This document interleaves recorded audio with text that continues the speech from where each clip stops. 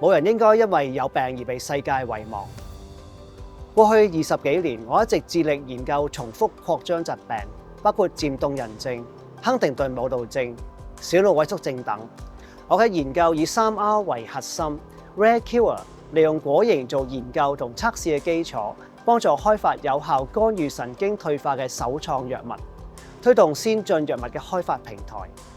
Rare Check 透過高端基因檢測及早診斷。Rare Bank 擴張疾病細胞庫，提高跟進疾控效率，希望能夠填補治療空白，帶嚟0到1嘅改變。